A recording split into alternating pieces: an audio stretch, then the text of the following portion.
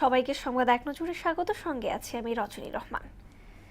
উত্তাল ভারতের রাজধানী দিল্লি। পরীক্ষার প্রশ্নপত্র ফাঁস ও আন্দোলনকারী শিক্ষার্থীদের উপর পুলিশি হামলার প্রতিবাদে প্রধানমন্ত্রীর বাসভবন ও সংসদ ভবনের অভিমুখে বিক্ষোভ প্রদর্শনের সময় বিরোধী দলীয় নেতা রাহুল প্রিয়াঙ্কা গান্ধী সহ দলটির বেশ কয়েকজন নেতাকে আটকের পর ছেড়ে দিয়েছে পুলিশ। এ ঘটনায় মোদী সরকারের বিরুদ্ধে ফুঁসে উঠেছে জনতা। 24 জুলাই জুড়েই ছিল ঘটনাবহুল চলমান আন্দোলনে এদিন দমন পীড়ন, শোক অনিশ্চয়তার পাশাপাশি ছিল পরিবর্তনের প্রত্যাশা।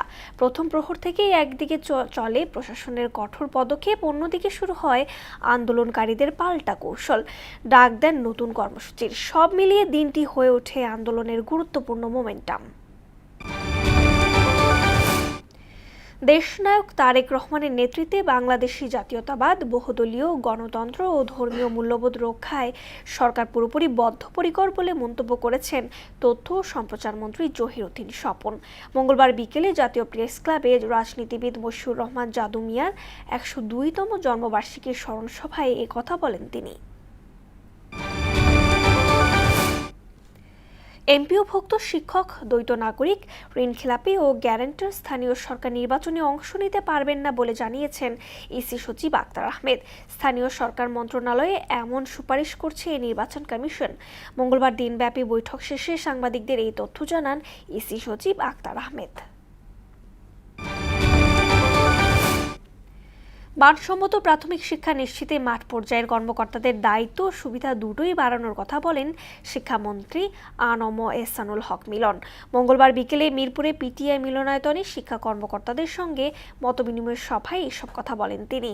সব শিক্ষক ঢাকায় আসতে চান জানিয়ে মন্ত্রী বলেন, বদলির অনুরোধ নিয়ে শিক্ষকরা এত বেশি আসেন যে অফিস কক্ষেও সহজে প্রবেশ করতে পারেন না। 2027 সালের হজ প্যাকেজে সার্বিকভাবে বেড়েছে খরচ।